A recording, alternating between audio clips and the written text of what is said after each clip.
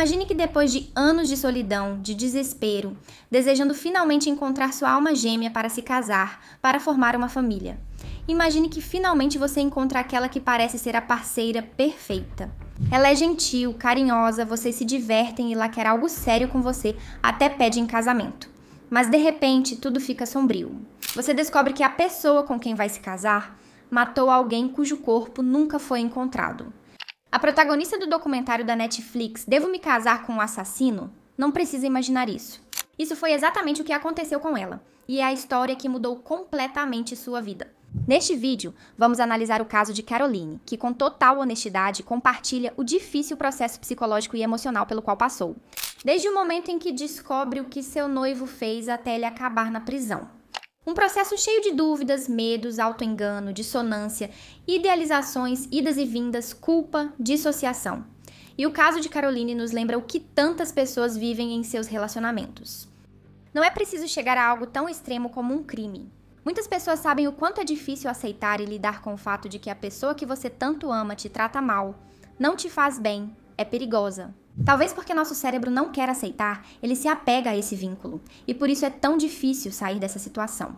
Eu sou Cláudia Nicolasa, sou psicóloga, e fique até o fim deste vídeo para entender o que acontece na mente de alguém que não só não consegue sair, mas que até chega a defender a pessoa de quem mais deveria ter medo.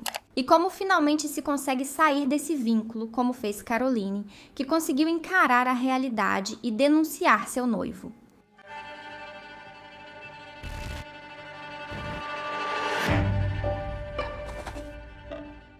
Caroline reflete perfeitamente que os vínculos tóxicos não acontecem com as pessoas por serem fracas ou ingênuas. Isso acontece quando você se envolve com a pessoa errada no momento errado e com uma ferida ainda aberta. Vou te contar. Caroline é uma mulher inteligente, bem-sucedida, independente, com uma boa carreira profissional, uma família maravilhosa, amigos que a amam e a apoiam. Ela está em um relacionamento há 8 anos. Tudo indica que ela vai realizar seu sonho, casar e formar uma família. Eles compram uma casa juntos, têm um cachorro em comum, mas de uma hora para outra e quase sem explicações, o namorado dela termina o relacionamento. Não sei se alguém já desapareceu da sua vida sem aviso prévio, mas do ponto de vista psicológico isso pode ser algo grave. Vira toda a sua psique de cabeça para baixo e gera muita desorganização. Todo o seu mundo desmorona de repente e você pode começar a duvidar de si mesma, de quem você é, do que esperar da vida, do que esperar das pessoas. Sem falar daquela dolorosa sensação de ter investido tanto à toa. De que você investiu anos e anos da sua vida para, entre aspas, nada. Além do forte golpe na autoestima e na autoconfiança, isso pode causar uma ferida profunda de abandono. Uma sensação insuportável que alguns perfis podem tentar esconder com muita urgência. Como eles fazem isso? Pois com frequência se envolvendo em um relacionamento de forma intensa e acelerada. Eu me sentia muito sozinha e queria encontrar alguém que não quisesse me mudar. Alguém que quisesse começar uma vida comigo, com a ideia de casar e ter filhos. E foi assim que Caroline fez. Pouco tempo depois do término, ela criou um perfil no Tinder, deu match com um homem e, imediatamente, combinaram de se encontrar na fazenda dele, que ficava a 1h30 de onde ela morava, bem isolada. E esse homem desconhecido, em questão de poucos meses, se torna seu futuro marido. Parecia precipitado, ainda mais porque ela havia terminado há pouco com o ex-namorado. Não sei se você já teve um amigo que sai de um relacionamento longo e de repente parece que já encontrou o amor da vida dele. E lhe dije, me parece uma loucura. Geralmente, por trás disso, há alguém tentando escapar da própria dor, o que na psicologia é chamado de janela de vulnerabilidade. Após uma grande perda emocional, o sistema de apego fica desregulado, faminto, aceita vínculos com uma velocidade e uma intensidade que em outro momento não aceitaria. Por isso, é mais provável que surjam maus decisões, como, por exemplo, exagerar nas festas ou consumir substâncias. Em geral, a pessoa fica muito mais suscetível a transtornos e riscos. Então, por favor, após momentos de rupturas, perdas ou crises, mantenha a calma, cabeça fria, não tome decisões nesses momentos de janela de vulnerabilidade. Vamos continuar. Esse homem que Caroline conheceu se chama Sandy. Ele é guarda florestal, caçador, vive em uma fazenda isolada da sociedade junto com seu irmão gêmeo. Nas palavras de Caroline, um homem que irradia masculinidade e proteção. Afirmava ser das terras altas, ter 1,90 m, ser um empreiteiro solteiro buscando companhia para noites frias na fazenda. Mas o mais importante, um homem que diz para Caroline: você é perfeita do jeito que é. Ele me fazia sentir tão desejada como nunca tinha me sentido antes. Você está vendo o que está acontecendo? Isso ocorre com muitas pessoas. Após uma experiência de abandono, de rejeição, nossa autoestima pode ficar abalada e nos pede uma dose rápida de validação. E ao surgir alguém novo na sua vida, você logo pode vê-lo como o antídoto ideal para essa dor. E eu achava estranho que alguém confiasse tanto em mim a ponto de me contar um segredo assim. Dessa forma, um desconhecido pode ficar gravado na sua cabeça como o lugar onde você vai encontrar essa reparação. E isso, em termos de dopamina, é puro vício. O relacionamento avança numa velocidade objetivamente alarmante e Caroline logo deixa sua cidade, amigos, muda-se para a fazenda e se compromete. Ela compartilha essa notícia com muita empolgação para as pessoas próximas, mas o seu círculo não reage como ela esperava. Vá com calma, não se precipite, filha. Demonstram preocupação com o que acontece. E eu disse, me parece uma loucura. Como conselho, quando você estiver nessa fase de paixão intensa, ouça aquelas pessoas que sempre quiseram o seu bem, porque eles, por estarem fora desse efeito de lua de mel, podem ser mais objetivos e enxergar coisas que talvez você naquele momento não esteja vendo. Reagi como se não me importasse com as opiniões deles e disse: sabem de uma coisa, gente? Entendo que vocês estejam preocupados, mas eu quero viver essa história de amor. Qual é o pior que pode acontecer? E é que essa lua de mel, esse período de bombardeio de amor, às vezes atinge uma intensidade tão alta, tão rápida, tão envolvente, que não te dá tempo de avaliar. Seu cérebro recebe tanta dopamina, tanta ocitocina, tanta ativação do sistema de recompensa, que a parte que avalia o risco se desativa. Vamos lá! Ninguém está no comando, só a pressa, intensidade e idealização. Afinal, em 1 ou 2 meses, não se conhece alguém o bastante para casar. E um elemento muito interessante de analisar é que sempre é Caroline quem se desloca para o mundo de Sandy. Isso revela, por um lado, a necessidade de fugir da própria vida e realidade. De certa forma, Sandy e sua fazenda, aquele ambiente, podem ser uma forma de evasão. Isso me fazia sentir especial, embora eu soubesse que não era certo. Por outro lado, essa evasão pode gerar dependência emocional. Fique atento, isso pode ocorrer com você. Quando você está sempre no território do outro e o vínculo se constrói em torno do contexto, necessidades, ideias e regras dele, isso pode te tornar mais dependente, mais moldável, mais influenciável nessa relação. Na verdade, esse é um dos primeiros mecanismos de controle em relações com dinâmicas de poder desequilibradas. O isolamento do próprio círculo social. Esse não era o único sinal de alerta. Caroline nos conta que Sandy era um homem atencioso, carinhoso, amável. Quando era o Sandy bom, por assim dizer, de certa forma ele te seduzia com seu amor e suas palavras carinhosas. Mas assim que ele bebia, se transformava, ficava agressivo, arrogante, problemático. E se tomava mais um drink, ele se transformava, como se colocasse uma fantasia, chegava até a parecer fisicamente outra pessoa, até a voz mudava. Não precisamos nem mencionar que o álcool, como inibidor do comportamento, revela aquilo que as pessoas tentam esconder ou reprimir e controlar no dia a dia. Mas uma mente tão carente de amor, de realizar essa fantasia, de voltar a se sentir especial e digna de amor... O fato de alguém querer se casar comigo me encantava. Sim, sei que é bobagem e que as mulheres de hoje somos fortes e independentes, mas sempre sonhei que alguém me escolheria algum dia. Ela é capaz de ignorar todos os sinais de perigo que forem necessários só para poder permanecer nessa ilusão. Eu estava tão cega de amor que era incapaz de ver os sinais. Parte de mim pensava que, como ele vinha de uma situação difícil, nós poderíamos curar um ao outro. Bem, com todo esse histórico emocional, acho que já dá para entender por que foi tão difícil para Caroline tomar a decisão de denunciar seu futuro noivo quando soube do que ele fez. E é que, às vezes, para entender a psicologia por trás do comportamento das pessoas, não precisamos focar tanto no que está acontecendo naquele momento, mas sim nos antecedentes, nas bases que construíram aquele cenário. Possivelmente, se Caroline não tivesse passado por aquela separação tão dolorosa, por aquele medo de não realizar seu sonho de formar uma família e por aquela autoestima possivelmente abalada, talvez ela tivesse denunciado naquela mesma noite. E em nenhum momento ela teria se sentido insegura ou culpada por essa decisão. No entanto, como vamos ver, no caso dela não foi assim. Depois que Caroline descobriu o crime cometido por quem seria seu futuro marido, ela entra no que chamamos de processo de dissonância. Ou seja, duas realidades entram em conflito na cabeça dela. Por um lado, todas as informações e sentimentos que ela vinha acumulando durante semanas. Sandy é um bom homem, é o cara certo, é a solução para a dor, é a porta para a felicidade. E por outro lado, a informação nova que não se encaixa com o que já estava armazenado.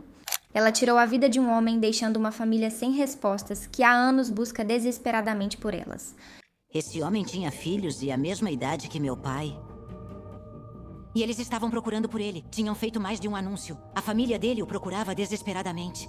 E é que o cérebro humano não consegue sustentar duas informações, duas realidades incompatíveis ao mesmo tempo, sem sentir uma forte tensão. E quando essa tensão insuportável aparece, ele faz de tudo para reduzi-la. No caso de Caroline, esse homem matou alguém e escondeu o corpo, versus esse homem é uma boa pessoa e é o amor da minha vida. Essas duas coisas não podem ser verdade ao mesmo tempo na nossa cabeça. Meu cérebro não conseguia entender nem processar o fato de que o homem por quem eu tinha me apaixonado era um assassino. O cérebro não tolera isso, então ele escolhe.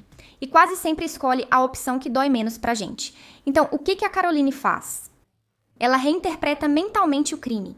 Cria uma realidade alternativa na cabeça dela para conseguir lidar com essa dor. Enfrentei algumas coisas e mudei crenças, mas no fim sempre dizia: é culpa dos pais dele, teve infância difícil, fez sem querer, estava bêbado, ou pensava que se eu agisse poderia melhorar ou controlar a situação. Mas por que ela não escolhe aceitar o que o namorado fez e sair imediatamente? Porque essa opção implica perder muito mais do que apenas Sandy. Significa admitir que seu julgamento falhou, que foi enganada e investiu tudo em alguém que não era quem dizia ser. Algo que, paralelamente, em nível psicológico, aconteceu com ela em seu relacionamento anterior. Um final doloroso que sua mente quer evitar repetir a todo custo. Então tentei fechar os olhos e respirar bem fundo. Você está vendo o que está acontecendo, não é? Ela está construindo uma narrativa de compreensão em relação a Sandy. Uma narrativa que tem como função anular seu próprio julgamento, anular a realidade. Essa é a típica automanipulação que fazemos quando queremos justificar o injustificável das pessoas que amamos. Primeiro, você minimiza o que ela fez. Segundo, patologiza a sua própria reação. E terceiro, você empatiza patologicamente com a perspectiva do outro, até que a sua própria lógica desapareça. E aqui tem algo que eu quero que você guarde. Entender o porquê de alguém não te protege do dano que essa pessoa pode te causar. Ou, em outras palavras, um veneno não deixa de ser venenoso só porque você entende como ele foi fabricado. Guarde isso com você. Caroline passa por diferentes fases no nível emocional. Às vezes, ela acha que esse homem deveria estar preso. Em outras, sente culpa por arruinar a vida de Sandy. Também sente nojo, pânico, mas depois sente amor e saudade quando ele se distancia. Em um momento, ela o vê como alguém vulnerável, inofensivo, e depois ela mesma sente medo de que ele descubra que ela está tentando denunciá-lo. É realmente uma montanha-russa emocional. Porque ela não estava apenas enfrentando uma situação já complicada, mas a polícia não lhe deu todo o apoio e proteção que uma testemunha assim precisa. O sistema falhou com ela várias vezes. Mas finalmente ela reúne provas, o denuncia e ajuda a polícia. Na verdade, se não fosse por Caroline, esse desaparecimento e esse crime nunca seriam resolvidos. Mas vamos voltar a essa dificuldade psicológica que não só Caroline, mas muitas pessoas experimentam em seus relacionamentos. Sem dúvida, o que mais dificulta sair desse ciclo é justamente a fantasia do que esse amor poderia vir a ser. Ela, Caroline, não ama Sandy, o sombrio, o que mente e não se arrepende do que fez. Ela ama aquele Sandy que ele poderia se tornar se aceitasse sua responsabilidade, se aceitasse sua culpa e assumisse as consequências. E esse é o simples motivo pelo qual tantas pessoas ficam presas em relacionamentos que as deixam infelizes, porque se agarram ao que a pessoa poderia se tornar. E essa fantasia, enquanto permanece viva, de alguma forma torna impossível para você sair. Por isso, algumas pessoas não conseguem romper essa dependência até que sofram várias decepções e até que a visão que tem do parceiro se desfaça por completo. Então vou te deixar com essa reflexão que eu gosto muito de usar. Se eu te dissesse que seu parceiro nunca vai mudar e sempre vai ser exatamente como é agora, você ficaria com ele? A tensão, o estresse, o medo, a culpa, a frustração são tão fortes em Caroline que ela conta que acaba vivendo episódios dissociativos graves, chegando ao ponto de perder a memória, abusar de substâncias e tomar decisões perigosas. E isso pode acontecer quando o cérebro recebe um impacto emocional que supera a capacidade mental de processá-lo. De certa forma, o cérebro desconecta esse processamento consciente da informação para poder sobreviver. E por isso, as pessoas ao redor de Caroline já não a reconhecem. Ela sempre foi uma pessoa centrada, estruturada, responsável. E isso nos mostra como um vínculo traumático pode destruir não só a sua saúde mental, mas até mesmo a sua identidade. Um vínculo traumático não é amor, embora pareça que seja. É um vínculo que se forma em condições de estresse extremo, de vulnerabilidade, de intermitência emocional, de depressão. E geralmente é composto por 3 ingredientes: alternância entre amor e dor, isolamento desse ambiente e desse apoio. E, claro, dependência emocional. Mas o mais interessante, na minha opinião, do vínculo traumático é a paradoxa que reside em seu núcleo. A pessoa que está te destruindo se torna a pessoa cuja aprovação você mais precisa para sentir que está bem. A sua sobrevivência emocional depende de agradar aquela pessoa que te faz mal. Relações assim parecem desorganizadas de fora, pois mergulham em uma realidade já contraditória. Por isso a história de Caroline é tão impactante. E provavelmente, se você assistir ao documentário, muitas das decisões e ações dela vão te chocar. Então vou te deixar com a pergunta que eu acho que esse documentário realmente levanta. Quantas vezes você soube algo sobre alguém e decidiu não saber? Porque o drama de Caroline vem justamente do fato de que sua mente fez o que qualquer ser humano faz, quando o custo emocional de enxergar a verdade é alto demais. Construir uma história alternativa que seja mais suportável. A dissonância, a negação, todos os mecanismos de defesa não são uma falha, são sobrevivência. E eu tenho certeza, aposto o que você quiser, que você também já passou por isso, mesmo que em pequena escala. Talvez com seu parceiro, com sua mãe, com seu pai, com algum amigo. Repito, quantas vezes você soube de algo sobre alguém e decidiu não saber? Aguardo seus comentários. Conte se você se identificou com essa história e esse processo.